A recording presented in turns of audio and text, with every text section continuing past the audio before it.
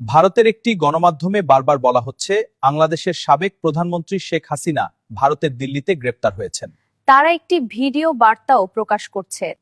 এমন খবরে শেখ হাসিনার ভালোবাসার লোকগুলো বিভ্রান্তিতে পড়বেন না। আমাদের উপর বিশ্বাস রাখুন, সঠিক খবর আপনাদের জানাবো। ধন্যবাদ। ধন্যবাদ। আসসালামু আলাইকুম। এই সমস্ত গুজবে কেউ কান দিবেন না। জননেত্রী শেখ হাসিনা সুস্থ আছে।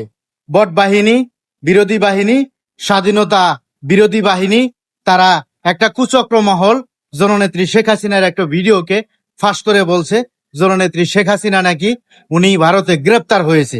এই ধরনের গুজব নিউজে কেউ কান দিবেন না। আর যদি পারেন সবাই ভিডিওটা সম্পূর্ণ রিপোর্ট মেরে নষ্ট করে দিবেন। জননেত্রী শেখ হাসিনা গতকালকে বঙ্গবন্ধুর জন্মদিন উপলক্ষে ভাষণ দিয়েছে, বক্তব্য রেখেছে, কথা বলেছে। সেখানে আমিও ছিলাম, অ্যাটেন্ড ছিলাম। সো এগুলাতে কেউ কান দিবেন না, কেউ বিভ্রান্ত হওয়ার কোনো কারণই নাই। জননেত্রী শেখ হাসিনা আল্লাহ চাহেতে সুস্থ আছে, সুন্দর আছে। আগামী দিনে উনি খুব তাড়াতাড়ি দেশে আসছে এবং দেশের আওয়ামী লীগের নেতৃত্ব দিবে। ধন্যবাদ। জয় বাংলা, জয় বঙ্গবন্ধু।